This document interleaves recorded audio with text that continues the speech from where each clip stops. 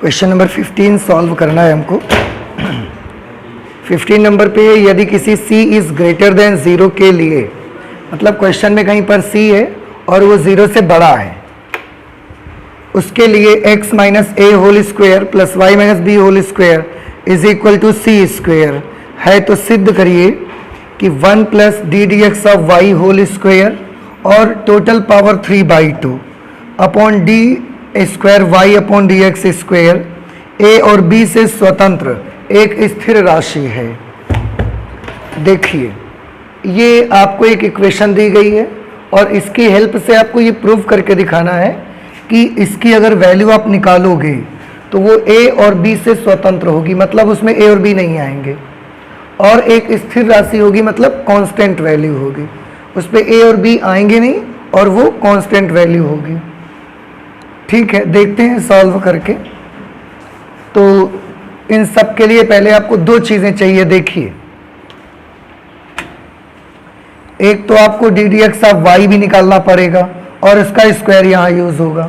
दूसरा, second order derivative भी आपको चाहिए, d square Y by D x square.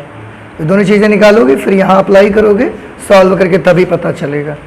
तो ये जो इक्वेशन है ना, पहले हम इसका x के सापेक्ष अवकलन कर लेते हैं। इसको इक्वेशन नंबर 1 मान लेते हैं। तो यहाँ लिख देते हैं समीकरण 1 का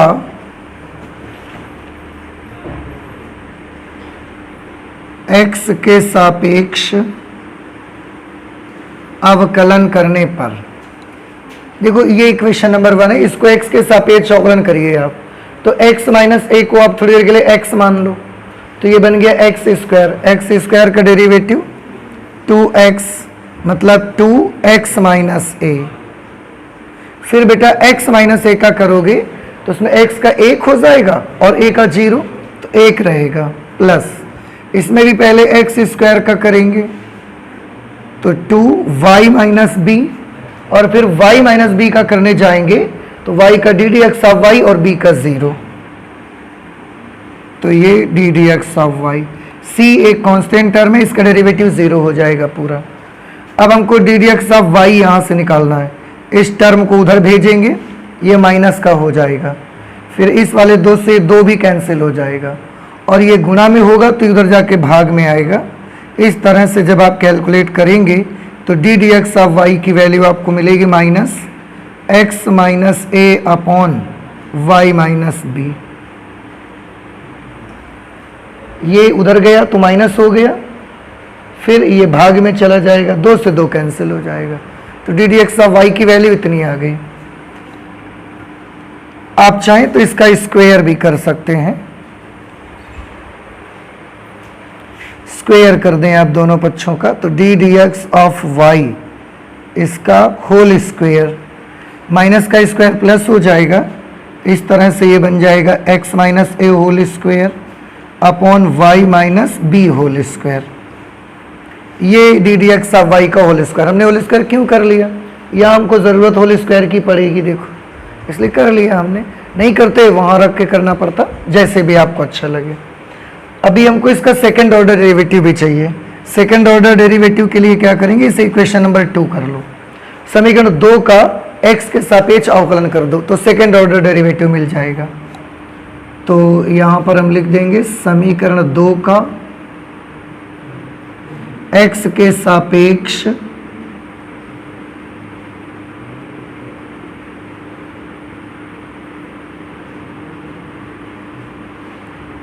अवकलन करने पर, इसका x के सापेक्ष अवकलन करेंगे आप तो ये D square Y by D x square is equal to,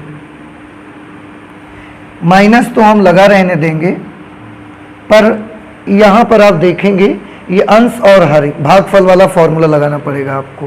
तो पहले क्या लिखोगे, हर, तो हर हो गया y माइनस बी, अंश का अवकल गुणांक, x माइनस ए का करोगे x का 1 होगा, a का 0, तो 1 आएगा, नहीं लिखते उसको, माइनस अंश इंटू हर का अवकलन, तो अंश में आएगा x माइनस ए, हर का अवकल गुणांक करोगे y माइनस बी का, तो D D x of Y और v का b का 0, तो ये यहाँ पर आ जाएगा D D x of Y.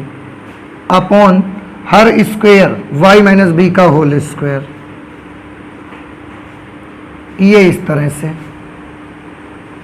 D square Y by D x square is equal to minus y minus b minus x minus a into d D x of Y. ये d D x of Y है, देखो ये लिखना पड़ेगा वहां पर आपको, minus x minus a upon Y minus b. देखो जब आप माइनस यहां लिखोगे तो वो माइनस इस माइनस को क्या कर देगा प्लस, और x माइनस ए लिखोगे तो x माइनस ए का whole square upon y minus B. ये नहीं समझ में आई स्टेप आपको? आ गया भाई? आप D D x of x minus a तो लिखा था, d D x of Y की जगह लिखने जाओगे तो जब आप माइनस लिखोगे तो वो माइनस इस माइनस को प्लस कर देगा, और जो x माइनस ए लिखोगे इसके साथ में वो x माइनस ए इस x माइनस ए से गुणा करके स्क्वायर बना लेगा, और अपॉन का y माइनस बी, और उसके बाद ये आप देख रहे हैं y माइनस बी का whole square, D square Y upon D x square is equal to minus, आप एक काम करो इसके नीचे एक मान के एलसीएम ले लीजिए, तो y माइनस बी हम एलसीएम लेंगे,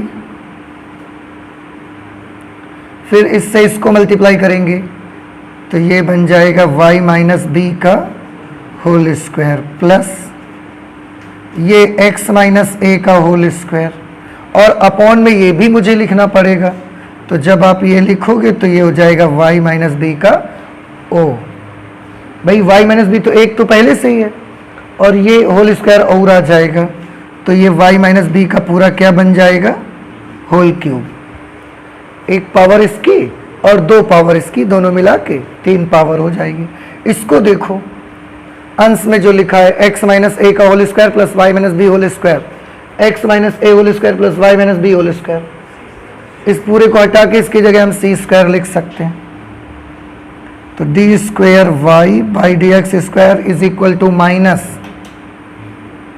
C square upon Y minus B whole cube.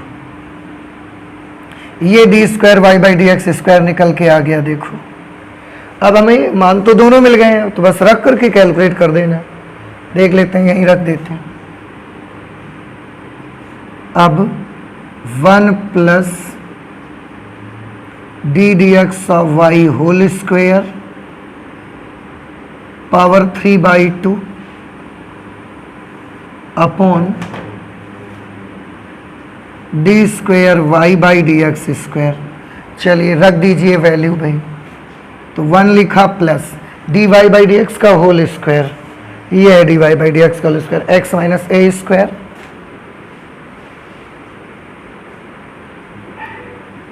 Upon Y minus b square, ये इसकी जगह पर आ गया पूरा, और इसके बाद ब्रैकेट को बंद करके इसमें पावर 3/2 रख देंगे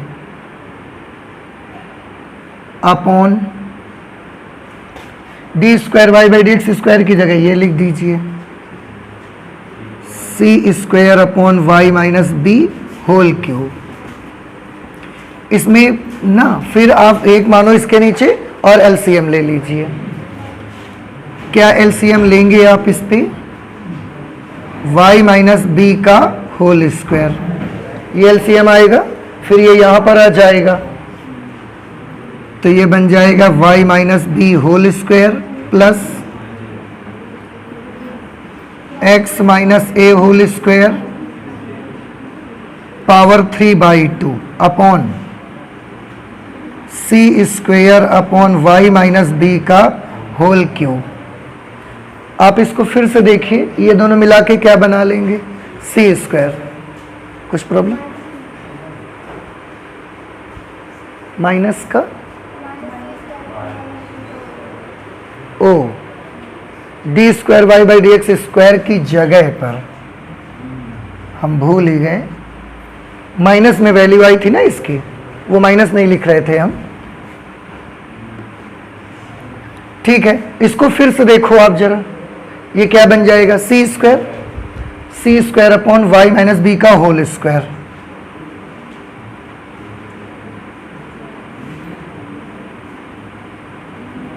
और इसकी टोटल पावर लगेगी 3/2 अपॉन ये minus c square upon Y minus B whole cube. बेटा ध्यान से देखो, ये 3/2 पावर इस पे भी लगेगी, 3/2 इस पे भी लगेगी, क्योंकि दोनों में एक साथ है। तो जब 3/2 इसमें लगाओगे तो ये अपॉन का 2 इस 2 से कैंसिल हो जाएगा, क्या बच जाएगा 3। ऐसे ही जब इस पे लगाओगे तो भी ये 2 से कट जाएगा, 3 पावर आ जाएगी। तो क्या आ जाएगा ऊपर, C cube upon Y minus B whole cube, C cube upon Y minus B whole cube. नीचे ये minus C square upon Y minus B whole cube, Y minus B whole cube से Y minus B whole cube cancel हो गया, सी square से सी cube cancel हुआ, तो एक सी बचेगा माइनस सी, ये आ जाएगा आंसर।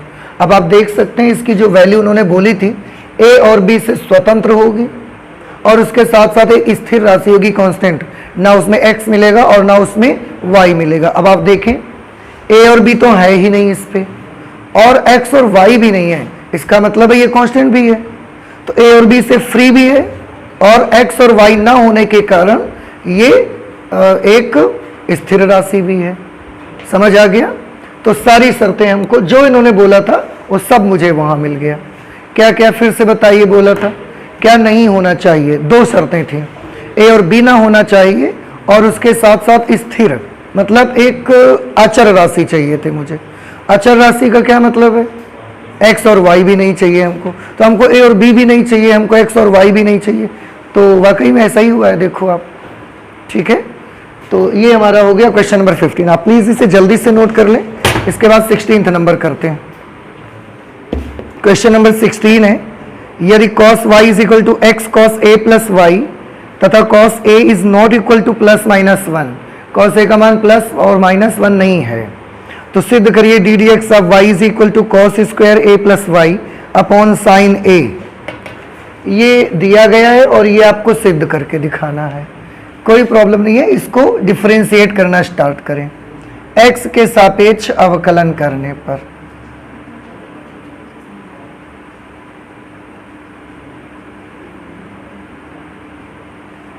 देखिए आपको फर्स्ट ऑर्डर डेरिवेटिव ही चाहिए, प्रथम अवकलज। cos y को डिफरेंशिएट करेंगे, क्या मिलेगा आपको, माइनस साइन y और साथ में D D x of Y, इस जगह पर x है। ठीक है, तो बेटा इसका तो ये हो गया।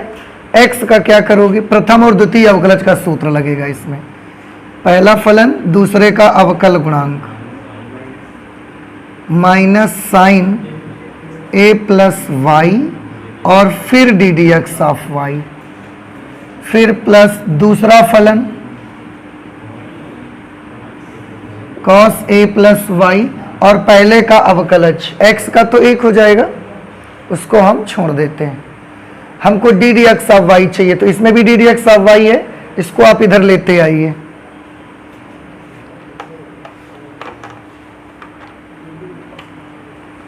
ले आइए इसको इधर, तो यहां पर क्या हो जाएगा, sine Y D D x of Y. ये टर्म बेटा जब इधर आएगा तो ये नेगेटिव है ना, प्लस हो जाएगा, क्या हो जाएगा, एक्स साइन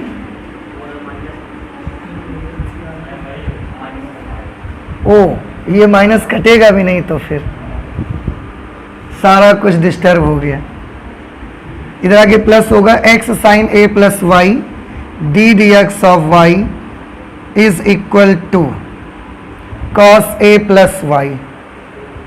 अब इससे D D x of Y आप कॉमन कर लो, तो D D x of Y common करोगे तो ये बच जाएगा माइनस साइन वाई और इसमें आएगा X sine A plus Y is equal to cos A plus Y. देखो हमको जो प्रूव करना है ना, उसको आप ध्यान से देखो, उस पूरे में कहीं पर भी x नहीं है ना। इसका मतलब है कि आपको जो प्रूव करके लाना है उसमें से x को गायब करना पड़ेगा, आपको x को एलिमिनेट करना है आपको। तो x को कैसे गायब करेंगे? एक काम कर लीजिए, यहाँ से x की वैल्यू निकाल लो और वही यहाँ लिख दो आके, यही हमारे पास एक रास्ता है। तो x की वैल्यू निकालो, क्या आएगी? cos y upon cos a plus Y, वो हम यहाँ लिख देंगे D D x of Y minus sine Y plus X की जगह पर क्या लिखेंगे बताओ? यहां से cos y upon cos a plus Y है, तो x की जगह पर लिखा, और sin a प्लस वाई की जगह पर sin a plus Y is equal to cos a plus Y. इसके नीचे एक मान लेंगे तो ये बन जाएगा D D x of Y, और एलसीएम ले लेंगे यहां पर। अब हम cos a plus Y LCM ले लिया, तो जब आप सॉल्व करेंगे तो ये इधर गुणा में आ जाएगा, तो इसको हम लिख देते हैं माइनस, ये इसके साथ गुणा हो जाएगा cos a plus Y into sine Y minus cos a plus Y into sine Y plus एक का गुणा इससे होगा तो ये पूरा तो ऐसा ही रहेगा। इसमें हम साइन a प्लस वाई पहले लिख देते हैं, cos y को बाद में लिख देंगे। ऐसा कर दिया हमने। देखिए कोई प्रॉब्लम तो नहीं है यहाँ तक आपको? cos a plus Y LCM लिया, इसका यहाँ गुणा हो गया, एक से यहाँ हुआ तो ये पूरा यहाँ आ गया, is equal to cos a plus Y. अब आप इसको सॉल्व कर लोगे तो आपका आंसर आ जाएगा, क्योंकि x कहीं है नहीं और x हमें लाना भी नहीं था। ध्यान से देखिए, D D x of Y multiplied by, आप इसे गौर से देखें, इधर से देखें, थोड़ा टर्म आगे पीछे है, sine a plus Y cos Y minus cos a plus Y sine Y. अगर a प्लस वाई को x और y को y ही माने रहें तो sine x cos y minus cos x sine y, sine x cos y minus cos x sine y किसका formula होता है? साइन x माइनस y का। तो हम इसकी जगह पर लिखेंगे sine x minus y, x की जगह पर a plus Y minus Y upon cos a plus Y is equal to cos a plus Y. इसको उधर भेज दीजिए आप, तो ये इसके साथ गुणा करके स्क्वायर बना लेगा, और यहाँ पर y से y cancel, sine a upon में आ जाएगा। इस तरह से D D x of Y की वैल्यू आ जाएगी cos square a plus Y upon sine a। और आप देखें बेटा, यही आपको सिद्ध करना था। तो ये हमने कौन सा क्वेश्चन कर लिया? Question number 16। आप इसे जल्दी से नोट कर लें, इसके बाद 17 नंबर लगाते हैं, ठीक है? क्वेश्चन नंबर 17 है, यदि x is equal to a under bracket cos t plus t sine t और y is equal to a sine t minus t cos t, तो D square Y by D x square निकल। देखिए बड़ा अच्छा question है और आप इसे समझिए, क्यों? क्योंकि पैरामीट्रिक फॉर्म में पहली बात तो है, और सेकेंड ऑर्डर डेरिवेटिव आपको निकालना है। पैरामीट्रिक फॉर्म में आपने पूरी एक्सरसाइज सॉल्व की है, लेकिन कहीं पर उसमें सेकेंड ऑर्डर डेरिवेटिव नहीं निकाला। इसको कैसे निकाला जाए? आपको क्या लगता है कैसे निकालना चाहिए हमको? पहले t के सापेक्ष इसका कर दो, फिर इसका कर दो, फिर क्या करो? D D x of Y पहले निकाला जाए, फिर उसका दोबारा अवकलन किया जाए, कि इसी का 2 बार कर लो, फिर इसका भी 2 बार कर लो, तब भाग दे के आंसर आ जाएगा। भाई आपको d square Y by D x square चाहिए ना, तो इसका भी 2 बार कर लो, d square x by d t square निकाल लो, और इसका भी 2 बार कर लो, d square Y by d t square निकाल लो, और फिर इसमें इसका भाग दे दो। ऐसा नहीं, अरे क्या करना चाहिए? हो जाएगा? नहीं हो पाएगा, ऐसे नहीं आंसर आएगा। आप सही कह रहे हैं, सबसे पहले आपको D D x of Y निकालना पड़ेगा, और उसके बाद उसको डेरिवेशन, उसका जो डेरिवेटिव करना पड़ेगा आपको निकालना पड़ेगा। ये आप हमेशा के लिए याद रखिए, पैरामीट्रिक इक्वेशन देने के बाद अगर आपको आप सिर्फ और सिर्फ इस प्रोसेस से सिंगल या फर्स्ट ऑर्डर डेरिवेटिव ही निकाल सकते हो। सेकेंड ऑर्डर डेरिवेटिव निकालना है तो पहले आप D D x of Y निकालो, उसके बाद उससे आगे बढ़िए। आप ऐसा नहीं कर सकते कि इसको 2 बार अवकलन कर लो, फिर इसको 2 बार अवकलन कर लो, 2 बार आ रहे फिर भाग दे दिया तो उससे आंसर आ जाएगा, ऐसा नहीं हो सकता। आपको करना क्या है, सबसे पहले प्रथम अवकलज आपको प्राप्त करना पड़ेगा, और अगर आपको उससे हायर ऑर्डर डेरिवेटिव चाहिए, उससे ज़्यादा उच्च कोटि के अवकलज चाहिए, तो फिर आप D D x of Y का अवकलन करेंगे। डायरेक्ट इसका 2 बार उसका 2 बार फिर भाग देना ये नहीं कर सकते। अभी क्यूब में पूछ लेगा तो आप इसका 3 बार उसका 3 बार, ये नहीं चलेगा। आप इस प्रोसेस से केवल फर्स्ट ऑर्डर डेरिवेटिव ही निकाल सकते हो और कुछ नहीं। चलिए करते हैं, तरीका समझ आ गया तो आगे से मत कहना कि हाँ ये भी कर सकते हो। समझ आ रहा है? तो आप इससे क्या निकाल सकते हो, केवल फर्स्ट ऑर्डर डेरिवेटिव। पहले x को t के सापेक्ष अवकलन करिए।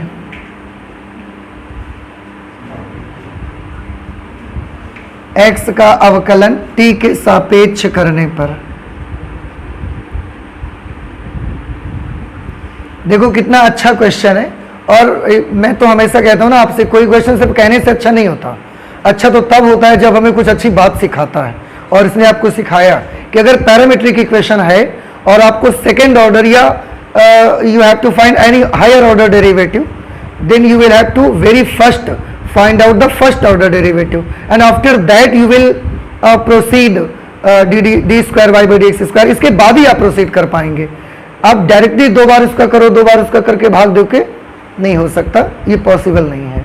तो ये याद रखिएगा, ये बड़ा अच्छा है। कंपटीशन में ऐसे क्वेश्चन बहुत पूछे जाते हैं, क्योंकि उनको पता है कि आपने फर्स्ट ऑर्डर डेरिवेटिव सीखा हुआ है और आप सेकंड के लिए यही करने ही वाले हो, तो आप गलत करोगे। x का अवकलन t के सापेक्ष कर दो तो क्या मिलेगा आपको, D D T of x is equal to a constant term है, cos t का derivative minus sine t plus इसमें 2 फलन है t और साइन t, गुणनफल का अवकलन लगाएंगे। प्रथम फलन दूसरे का अवकलज साइन टी का कॉस टी प्लस दूसरा फलन साइन टी पहले का अवकलज टी का टी के सापेक्ष 1 माइनस साइन टी से प्लस साइन टी कैंसिल हो गया।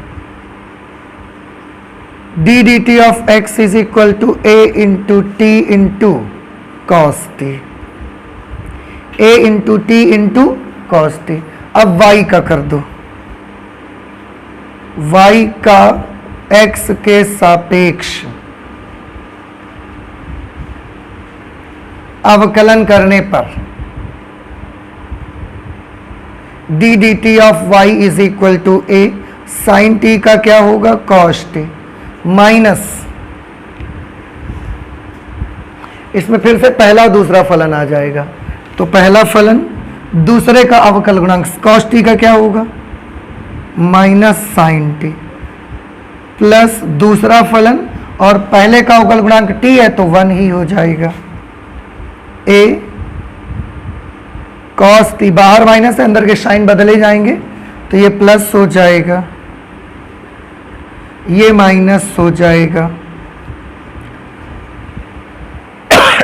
सॉरी ये आ जाएगा a t sine t and this is d D T of Y.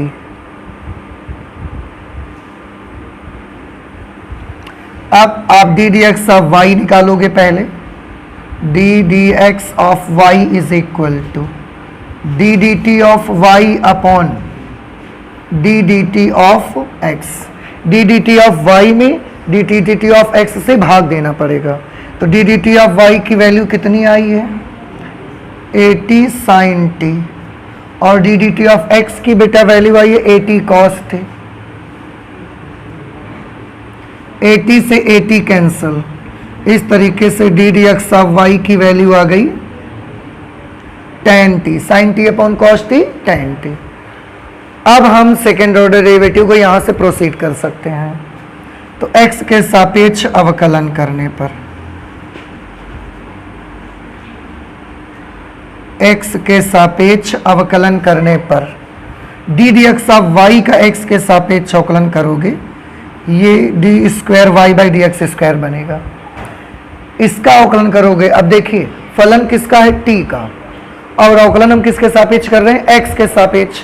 तो क्या करना होता है बताइए, सबसे पहले t के सापेक्ष करो, फिर डी एक्स ऑफ t आपको लिखना पड़ेगा साथ में। तो tan t का t के सापेक्ष करोगे तो क्या आएगा, सेक स्क्वायर t, और उसके साथ dt अपॉन डी एक्स लिखना पड़ेगा आपको। याद आ रहे ना, जैसे y का फलन होता तो पहले y के सापेक्ष कर दो और फिर डी एक्स ऑफ y लिखो। थीटा का फलन पहले थीटा के सापेक्ष कर दो और फिर डी एक्स ऑफ थीटा लिखो, वही है चीज। D D T of x, अब इसकी वैल्यू हमें यहां लिखनी है। कहां से लाएंगे, निकाल चुके हैं। देखो ये d D T of x की वैल्यू है और हमको चाहिए D D T of D D x of T. इसका जस्ट उल्टा नहीं चाहिए आपको, देखो चेक करो, इसका उल्टा चाहिए ना, तो इसको रिवर्स कर दो वहां पे। तो ये ए टी कॉस टी है, वहां लिखो तो क्या लिखो, 1 upon A T cos T, 1 upon A T cos T. अगर 1 अपॉन कॉस को सेक बनाना चाहो तो आप बना सकते हो, सेक स्क्वायर टी पहले से है, एक सेक इसका बन जाएगा sec cube T upon A T, ठीक है। ये आ गया D square Y by D x square. I think यही आंसर आ जाना चाहिए इसका। 17th number miscellaneous exercise 5 17 sec cube T upon A T, ठीक है। तो इस तरीके से आप इस क्वेश्चन को सॉल्व करेंगे, नोट कर लीजिए आप इसे। क्वेश्चन नंबर 18, यदि F X is equal to mod of X cube, तो प्रमाणित कीजिए कि एफ डबल डैश एक्स का अस्तित्व है और इसे ज्ञात भी कीजिए। देखो आपको ये प्रमाणित करना है कि एफ डबल डैश एक्स का एग्जिस्टेंस भी है, अस्तित्व भी है, और फिर उसको ज्ञात भी करके दिखाना है आपको। और एफ एक्स की वैल्यू ये दी गई है, ये एक मॉड्यूलस फंक्शन है। मॉड्यूलस फंक्शन को सबसे पहले आप बदलना आपको आता होगा, सिग्नम फंक्शन में बदलना बताया गया आपको, पहले उसमें बदल लीजिए आप इसको। कॉन्टिन्यूटी जब आप पढ़ रहे थे तो कई क्वेश्चन ऐसे करे हम लोगों ने। दो कंडीशन लेते हैं, if x is greater than और इक्वल टू 0, बताया था हमने पहले, जो मॉड के अंदर है उसको 0 के बराबर लिखो, उससे x की वैल्यू निकलेगी। तो हमने इसको 0 के बराबर लिखा तो इसकी वैल्यू 0 आ गई x की। तो 0 या 0 से बड़ी वैल्यूज के लिए x के 0 या 0 से बड़े मानों के लिए इसकी वैल्यू कितनी आ जाएगी, प्लस एक्स क्यूब, क्योंकि उस समय x कैसा रहेगा, पॉजिटिव। और अगर x का मान 0 से छोटा है तो x कैसा होगा, नेगेटिव। नेगेटिव को पॉजिटिव बनाने के लिए मॉड कैसे पॉजिटिव बनाएगा, एक माइनस लगाएगा इसके आगे, तो माइनस एक्स हो जाएगा, और माइनस एक्स का क्यूब करेंगे आप तो वो माइनस एक्स क्यूब आ जाएगा। ये सिग्नम फंक्शन तैयार हो गया हमारा।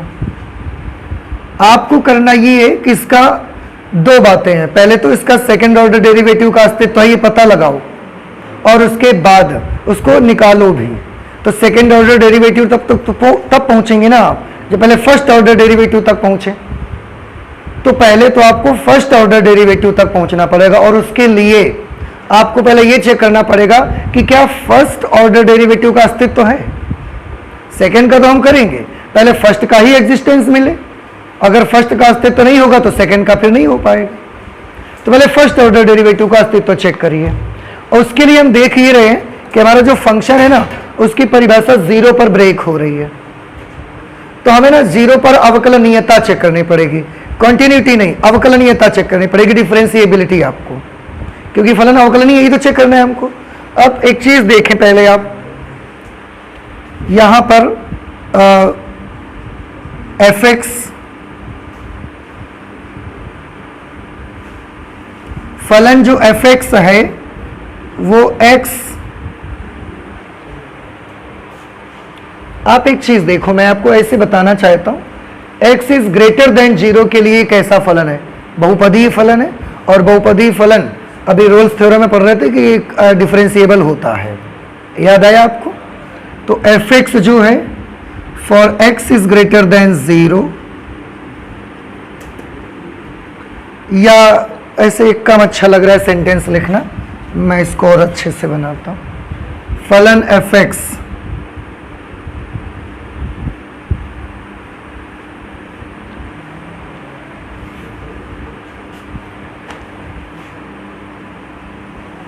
For x is greater than 0, फलन fx, x is greater than 0 के लिए फलन है। फलन fx एक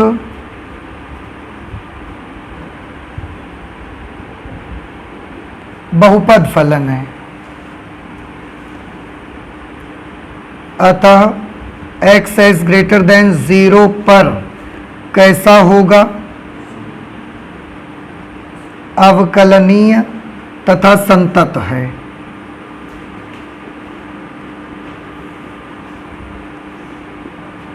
ठीक।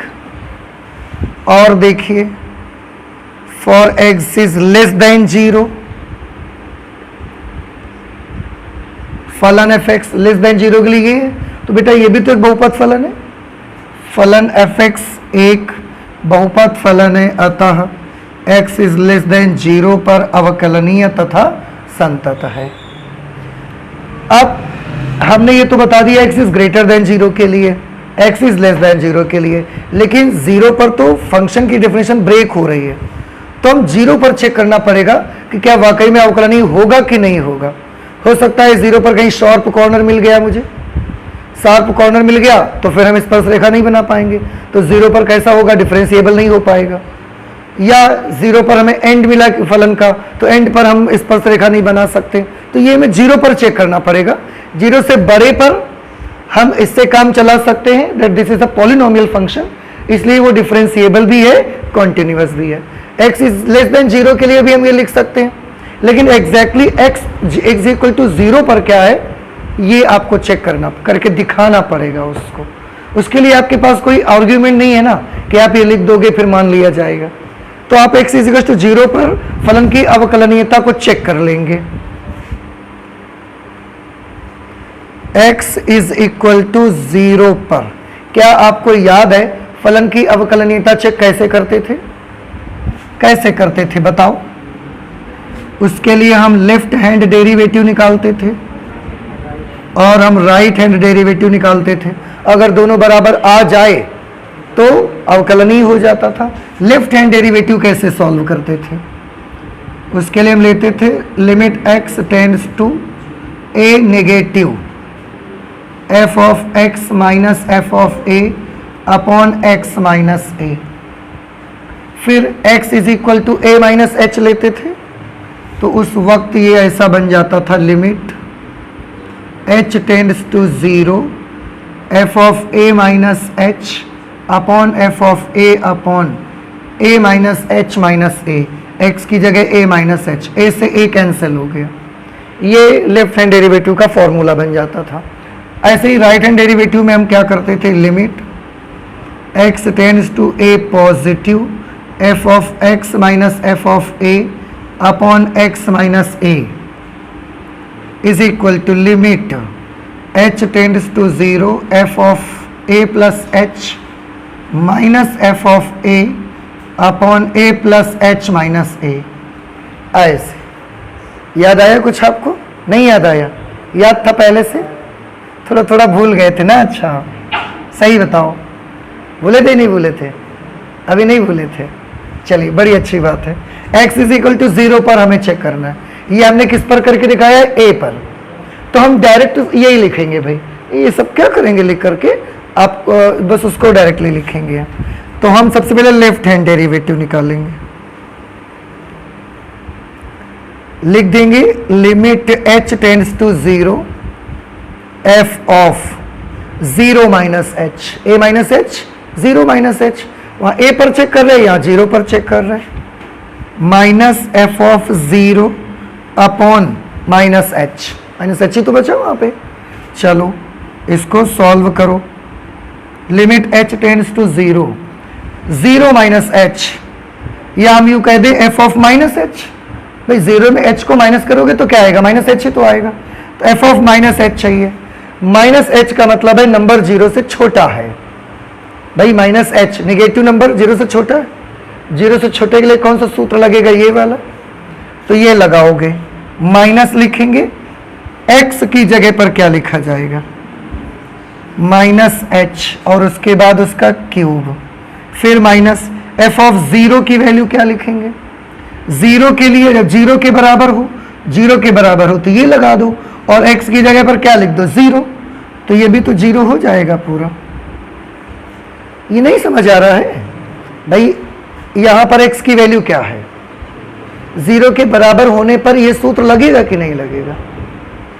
और फिर इसमें x की जगह पर लिखोगे क्या आप, तो ये लगाओगे और x की जगह 0 लिखोगे तो 0 ही तो पाओगे, क्या और कुछ मिल जाएगा, 0 ही मिलेगा आपको, upon minus H. Then limit h tends to 0, minus H का होल क्यूब करोगे, माइनस एच क्यूब, फिर वो माइनस मिल करके इसको क्या बना देगा, ये 0 तो कोई मतलब नहीं है इसका, इससे ये इसकी एक पावर कैंसिल हो जाएगी, तो ये आ गया minus limit h tends to 0 h square, ये माइनस आगे भेज दिया। अब लिमिट अप्लाई कर दो, तो h की जगह 0 लिखोगे, क्या वैल्यू आ जाएगी, 0। इसी तरीके से राइट हैंड डेरिवेटिव भी निकालेंगे। राइट हैंड डेरिवेटिव कैसे निकालोगे आप, limit h tends to 0 f of 0 plus h minus f of 0 upon plus h,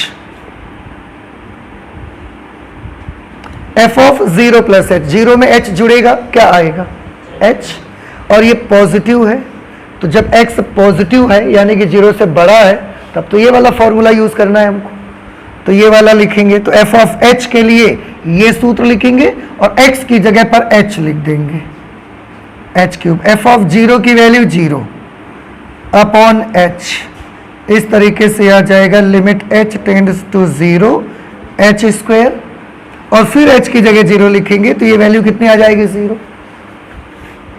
स्पष्ट है कि left hand derivative is equal to right hand derivative, इसलिए x बराबर 0 पर भी फलन कैसा है, अवकलनीय है। ये हमने क्यों लिखा, 0 पर भी अवकलनीय, क्या और भी कहीं अवकलनीय है क्या, 0 से बड़े, अब आप देख सकते हो 0 से बड़े नंबरों के लिए अवकलनीय है, 0 से छोटे नंबरों के लिए अवकलनीय है, और 0 पर भी डिफरेंशिएबल है, इसलिए दिया गया फलन कैसा है, अवकलनीय है। अवकलनीय है मतलब f डैश x का अस्तित्व है, अतः f डैश x का अस्तित्व है। अब देखिए f डैश x का अस्तित्व है, तो फिर f डैश x निकाल लो अगर उसका अस्तित्व है तो। Therefore f डैश x की वैल्यू क्या आएगी, बता सकते हैं आप मुझे, fx की वैल्यू ये है, तो f डैश x की वैल्यू क्या आएगी, इसका अवकलन करोगे क्या मिलेगा आपको, और कब, if x is greater than और इक्वल टू 0, उसका अवकलन करोगे तो minus 3x square if x is less than 0। तो देखो पहले हमने पता लगाया कि f के फर्स्ट ऑर्डर डेरिवेटिव का एग्जिस्टेंस है कि नहीं है, और जब हमें पता लग गया कि अस्तित्व है तब हमने अवकलन किया, उसके पहले नहीं। और अगर ये आ जाता कि अस्तित्व नहीं है तो फिर हम करते भी नहीं इसको, यहीं से छोड़ देते क्वेश्चन, क्योंकि f डैश x का अस्तित्व है इस वजह से उसका अवकलन करके लिख दिया, पर ये हमारा फाइनल आंसर नहीं है। अभी तो हमको कहां तक जाना है, f डबल डैश x का अस्तित्व भी पता लगाना है। अब उसके लिए क्या करेंगे, उसके लिए इसका अस्तित्व चेक करेंगे है कि नहीं, इसके अवकलज का अस्तित्व, ठीक है। तो उसके लिए भी यही पूरी प्रोसेस करनी पड़ेगी। आप देखिए, थोड़ा ध्यान से देखिएगा, for x is greater than 0, x 0 से बड़ा है, उसके लिए फलन आपका कैसा है, फलन एफ एक्स 3x² है, और ये जो 3x² है, सॉरी एफ डैश एक्स, ये एफ एक्स थोड़ी है अभी, अब तो एफ डैश एक्स है, तो x इज ग्रेटर देन 0 के लिए फलन एफ डैश एक्स एक बहुपद फलन है।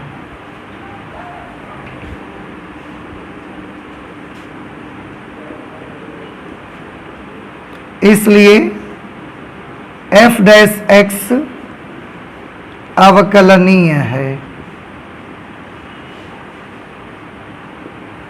ठीक है। अच्छा, 0 से छोटे नंबरों के लिए भी बहुपद फलन है। For x is less than 0 फलन एफ डैश एक्स, फलन कह दो या आप उसको एफ एक्स का अवकलज कह सकते हो, फलन एफ डैश एक्स एक बहुपद फलन है।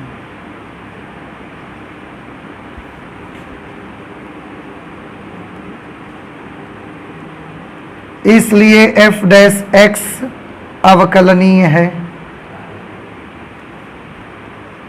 इसका मतलब ये पता चला कि x 0 से जब बड़ा है तो भी एफ डैश एक्स अवकलनीय है, x 0 से छोटा है तो भी एफ डैश एक्स अवकलनीय है। चिंता तो हमें किस जगह पर है, x इज इक्वल टू 0 पर यह अवकलनीय है कि नहीं। तो x इज इक्वल टू 0 पर इसके अवकलनीयता की फिर हमको जांच करनी पड़ेगी। तो आप एक काम करें, इसको नोट करें, फिर हम इसके अवकलनीयता की जांच करते हैं। और अगर x बराबर 0 पर भी अवकलनीय आ गया तो क्या लिख सकते हैं, लिख सकते हैं अतः एफ डबल डैश एक्स का अस्तित्व है ना। अगर एफ डबल डैश एक्स का अस्तित्व है तो फिर हम एक्स डबल डैश एक्स निकाल देंगे। नोट करिए इसको, x इज इक्वल टू 0 पर अब इसकी अवकलनीयता की जांच करनी है हमको। तो कैसे करोगे, हम लिखेंगे लिमिट x टेंड्स टू, नहीं h tends to 0, limit h tends to 0 f dash 0 minus h minus f dash 0 upon minus h। अब एफ एक्स तो लिखना नहीं है, अब एफ डैश को चेक कर रहे हो ना आप, इसी को लिखना रहेगा। देखो limit h tends to 0 F dash of minus h, 0 minus h का मतलब माइनस h, मतलब x नेगेटिव है, x नेगेटिव है तो ये वाली वैल्यू यूज करेंगे हम। तो हम लिखेंगे -3 और x की जगह पर क्या लेना है, -h, तो -h का whole square minus F dash 0 की वैल्यू, जब x 0 के बराबर हो तो एफ डैश x का ये सूत्र लगाएंगे और इसमें x की जगह 0 लिखेंगे तो ये पूरा 0 हो जाएगा, upon -h limit h tends to 0, -h का होल स्क्वायर करेंगे तो h स्क्वायर आ जाएगा, तो -3h square upon -h, minus minus cancel हो गया, h से h भी कैंसिल हो जाएगा, ये आ जाएगा लिमिट h टेंड्स टू 0 और 3h, फिर लिमिट अप्लाई कर दोगे h की जगह तो 0 आ जाएगा। तो लेफ्ट हैंड डेरिवेटिव कितना आ गया, 0। राइट हैंड डेरिवेटिव कर लो, राइट हैंड डेरिवेटिव में limit h tends to 0 f dash 0 plus h minus f dash 0 upon plus h, 0 plus h का मतलब h, अब f डैश h चाहिए और x जो है वो 0 से बड़ा है, पॉजिटिव है ये नंबर, 0 से बड़ा है, 0 से बड़े के लिए ये वाली वैल्यू यूज करोगे 3x square, limit h tends to 0 3 और x की जगह पर क्या लिखना है, h minus f of f dash 0 का मान भी बेटा 0 ही आएगा, अभी ऊपर भी तो निकाला था, upon plus h limit h tends to 0 3h square upon h limit h tends to 0 3h, अब लिमिट अप्लाई करोगे तो क्या आ जाएगा 0। एक बार फिर आप देख रहे हैं क्योंकि लेफ्ट हैंड डेरिवेटिव जो है वो राइट हैंड डेरिवेटिव के बराबर है, इसका क्या मतलब है, इसका मतलब है कि f हम इसका भी अवकलन कर सकते हैं, इसका ये मतलब है। अगर ये डिफरेंशिएबल है इसका मतलब ये अवकलनीय है, अगर अवकलनीय है तो अवकलन करा जा सकता है। बात समझ रहे हैं? अगर कोई चीज पठनीय है तो उसका क्या मतलब, पढ़ी जा सकती है। समझ रहे हैं? तो अगर कोई चीज अवकलनीय है मतलब उसका अवकलन किया जा सकता है। तो अगर इसका अवकलन किया जा सकता है मतलब इसका f डबल डैश निकाला जा सकता है। इसलिए f डबल डैश x का अस्तित्व है। तो पहले तो मैंने ये प्रूफ करके दिखा दिया आपको कि f डबल डैश x का अस्तित्व है। अब उसकी वैल्यू भी पताओ कह रहे हैं। Therefore f double dash x is equal to, चलो f डैश x की वैल्यू ये है, इसका एक बार और अवकलन कर दो। 3x स्क्वायर का करोगे तो क्या आ जाएगा, 6x if x is greater than और इक्वल टू 0। इसका करोगे तो minus 6x if x is less than 0। बस दोनों बातें आ गई। f डबल डैश x का अस्तित्व भी है और उसकी वैल्यू भी निकाल दी हमने। ये हमारा रहा क्वेश्चन नंबर 18। आप नोट कर लें, इसके बाद हम क्वेश्चन नंबर 19 करते हैं। ठीक है, 19 नंबर में है गणितीय आगमन के सिद्धांत के प्रयोग द्वारा सिद्ध करिए कि सभी धन पूर्णांक n के लिए d dx of x to the power n is equal to n x to the power n minus 1 है। आपको ये फॉर्मूला प्रूफ करना है, वो भी कौन से नियम से, गणितीय आगमन के सिद्धांत से, प्रिंसिपल ऑफ मैथमेटिकल इंडक्शन। आपको याद है गणितीय आगमन का सिद्धांत, कक्षा 11 उसका चैप्टर था गणितीय आगमन। इसमें करते क्या थे मैं आपको प्रोसीजर बताता हूँ। और हमें लगता है कि ये जब आप क्लास 11th में थे तो ये आपके सिलेबस में ही नहीं था, ऐसा था क्या कुछ? हाँ, तो फिर आपने शायद ही पढ़ा हो। इसमें करना ये रहता था कि जो भी दिया गया फॉर्मूला होता है उससे हम सबसे पहले n इक्वल टू 1 के लिए सत्य सिद्ध करके दिखाते हैं। फिर सेकंड स्टेप पे करते ये हैं कि n इक्वल टू k पर दिए गए फॉर्मूले को सत्य मान लेते हैं। फिर थर्ड स्टेप पर क्या करते हैं कि दिए गए फॉर्मूले को n equal to k plus 1 पर सिद्ध करके, सत्य सिद्ध करके दिखाना पड़ता है। अगर ये 3 स्टेप आपने पार कर ली तो फिर दिया गया फॉर्मूला n के प्रत्येक धन मान के लिए, धन पूर्णांक के लिए सत्य मान लिया जाएगा आपका। ये गणितीय आगमन का सिद्धांत है। अब बैड लक आपका कि जब आप 11th में थे तो गणितीय आगमन का सिद्धांत आपके सिलेबस में नहीं रहा। ये आपका थोड़ा सा दुर्भाग्य कह सकते हैं आप इसे। उसके लिए हम लोग स्टार्ट करेंगे सबसे पहले स्टेप 1। स्टेप 1 में क्या करेंगे, सबसे पहले n इक्वल टू 1 पर फॉर्मूले को सत्य सिद्ध करके दिखाएंगे। n इज इक्वल टू 1 पर दोनों तरफ n की जगह 1 लिख दो। d dx of x to the power 1 is equal to 1 into x to the power 1 minus 1। जहां जहां भी हमें एक n मिला वहां 1 लिख दिया। अब आप देख सकते हैं d dx of x is equal to, x की घात कितना हो गया 0 और x या 0 का मान कितना आएगा 1। 1 गुणे 1 क्या हो जाएगा। और आप देखो अवकलन में अभी तक आप यही तो सीखते आए हो कि x के सापेक्ष x का अवकल गुणांक कितना होगा 1। इसका मतलब दिया गया फलन n बराबर 1 पर कैसा है, सत्य। अतः दिया गया कथन n बराबर 1 पर सत्य है। स्टेप 2,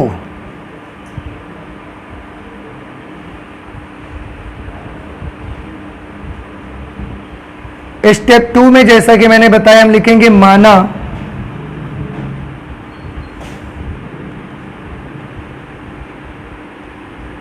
माना दिया गया कथन x is equal to k पर सत्य है। मान लिया कि दिया गया कथन जो है वह x is equal to k के लिए सच है। अगर x नहीं, n is equal to k पर सत्य है, तो अगर n बराबर k पर सत्य है तो हम अगर इसमें n की जगह k लिख दें तो लेफ्ट साइड राइट साइड के बराबर होनी चाहिए फिर तो। Therefore d D x of x to the power k is equal to k x to the power k minus 1। भाई k पर सत्य जब मान ही लिया है तो इनकी जगह k लिखो तो लेफ्ट और राइट दोनों बराबर हो जाने चाहिए। कर दिए बराबर हमने। अब स्टेप 3, अब हमको n बराबर k प्लस 1 के लिए दिए गए कथन को सत्य सिद्ध करना पड़ेगा। तो n is equal to k plus 1 पर सब जगह n की जगह k प्लस 1 लिखो। D D x of x to the power k plus 1 is equal to k plus 1 x to the power k plus 1 minus 1। जहाँ जहाँ n है सब जगह हमने k प्लस 1 लिख दिया। देखो तो D D x of x to the power k plus 1 is equal to k plus 1 into x to the power k। देखो मैंने क्या बताया कि n is equal to k plus 1 को आपको दिया गया k प्लस 1 पर दिया गया कथन को सत्य सिद्ध करना पड़ेगा। हमने जब n की जगह k प्लस 1 लिखा तो ये जो चीज है वो इसके बराबर आ गई है और इसी बात को हमें सत्य सिद्ध करके दिखाना है कि वाकई में इसका मान इसके बराबर होगा। समझ रहे हैं? तो ये हमें सिद्ध करना है, प्रूव करना है। ये तो अभी इनकी जगह k प्लस 1 लिख दिया तो इनकी मिल गया कि ये इसके इक्वल है, पर ये बात कैसे इसके इक्वल है ये आपको प्रूफ करना पड़ेगा। अब प्रूफ करने के लिए हम इसका क्या ले लेते हैं, लेफ्ट हैंड साइड ले लेते हैं। लेफ्ट हैंड साइड में है d D x of x to the power k plus 1, ऐसा ले लेते हैं हम। अब इसको सॉल्व करेंगे, सॉल्व करके वो लाना पड़ेगा आपको। अगर वो आ गया तो दिया गया कथन n बराबर k प्लस 1 पर भी कैसा हो जाएगा, सत्य हो जाएगा। तो इसको सॉल्व करके ये लाना है। कैसे? उसके लिए हम एक काम करेंगे, डी डी एक्स ऑफ, इसको बेटा हम ऐसे भी तो लिख सकते हैं, ऐसा x to the power k into x, इसकी पावर 1 है, गुणा में घाते जुड़ते हैं। अब इसमें प्रथम द्वितीय का सूत्र लगा दो। पहला फलन दूसरे का अवकल गुणांक 1 प्लस दूसरा फलन पहले का अवकल गुणांक d D x of x to the power k। पहला फलन दूसरे का अवकल गुणांक प्लस दूसरा फलन पहले का अवकल गुणांक x to the power k plus x। और इसको आप देखो d D x of x to the power k, इसकी जगह पर हम क्या लिख सकते हैं, k x to the power k minus 1, k x to the power k minus 1।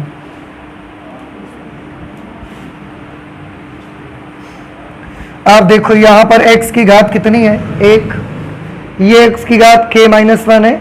इन दोनों का आपस में क्या हो जाएगा, गुणा कर लेंगे। तो ये हम प्रूव कर रहे हैं d D x of x to the power k plus 1 को, ये x to the power k है प्लस यहाँ पर हमने लिख दिया k, और ये गुणा में है तो इनकी घातें जुड़ जाएंगी, k माइनस 1 और 1 जुड़ जाएगी तो क्या बन जाएगी, k। भाई k माइनस 1 और 1, तो 1 से 1 कैंसिल हो गया, k बच गया। दोनों से कुछ कॉमन कर सकते हैं हम, x की घात k, तो क्या बचेगा 1 प्लस k या k प्लस 1 x की घात k। और आप देखिए भैया यही तो आपका राइट हैंड साइड है, k plus 1 x to the power k। तो अब हम यहां पर इसको देख के क्या लिख सकते हैं, अतः दिया गया कथन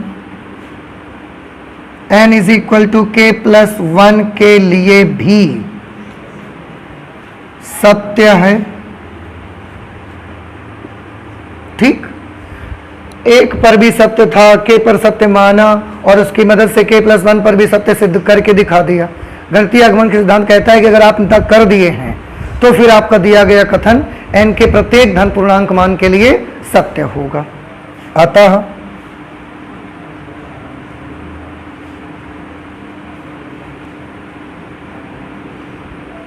गणितीय आगमन के सिद्धांत से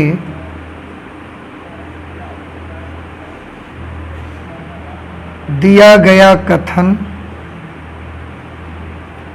अतः गणितीय आगमन के सिद्धांत से दिया गया कथन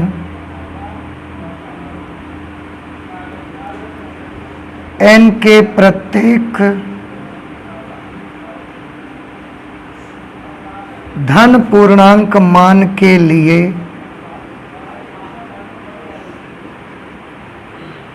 सत्य है। बस ये आपको करना होता है गणितीय आगमन के सिद्धांत से जब आप सॉल्व करते हो तो। क्वेश्चन नंबर 20 पे है sine A plus b is equal to sine a cos b plus cos a sine b का प्रयोग करते हुए अवकलन द्वारा कोसाइंस के लिए योग सूत्र ज्ञात करिए। मतलब उनका कहना है ये इसका आप यूज कर लो, ये साइन के लिए योग का सूत्र है, आप इसका प्रयोग करो और उसके बाद अवकलन के द्वारा कॉस के लिए फॉर्मूला बनाओ। बहुत आसान है। आप एक काम कर दो, इसके दोनों पक्षों में x के सापेक्ष अवकलन कर दो। हालांकि पूरे फलन में कहीं x है नहीं, आप x के सापेक्ष कर दो। आप जानते हो इसमें आप किसी के भी सापेक्ष करो, आप t के सापेक्ष कर दो तो भी आंसर आ जाएगा। तो हम x के सापेक्ष करे दे रहे हैं, x के सापेक्ष अवकलन करने पर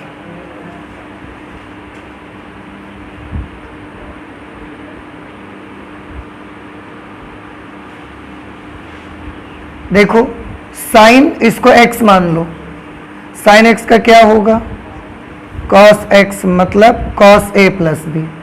और क्योंकि हम आपने माना है x तो है नहीं तो इसका अवकलन आपको करना पड़ेगा। तो क्या मिलेगा आपको d dx of a plus d dx of b is equal to, समझ आया? नहीं समझ में आई है आपको? आ गया ना? अरे आपको नहीं आया? अच्छा ठीक। Sine a into cos b, sine a का इसमें तो दो फलनों का गुणन है तो आप गुणनफल वाला रूल ही लगाओगे। क्या होगा? पहला फलन दूसरे का अवकलन, कॉस बी का क्या होगा माइनस साइन बी, लेकिन साथ में D D x of b plus पहला फलन दूसरे का अवकल गुणांक प्लस दूसरा फलन पहले का अवकल गुणांक साइन ए का कॉस ए साथ में D D x of a plus लगा दिया हमने। इसमें भी प्रथम द्वितीय लगाओगे तो पहला फलन दूसरे का अवकल गुणांक साइन बी का कॉस बी और d D x of b plus दूसरा फलन साइन बी पहले का अवकल गुणांक कॉस ए का क्या होगा माइनस साइन ए और साथ में D D x of a. ठीक, ये तो cos A plus b d D x of a plus d D x of b is equal to, बगुआ एक काम करिए, देखो ये कॉस ए कॉस बी है, ये भी कॉस ए कॉस बी है, इन दोनों से cos A cos B common कर लो आप।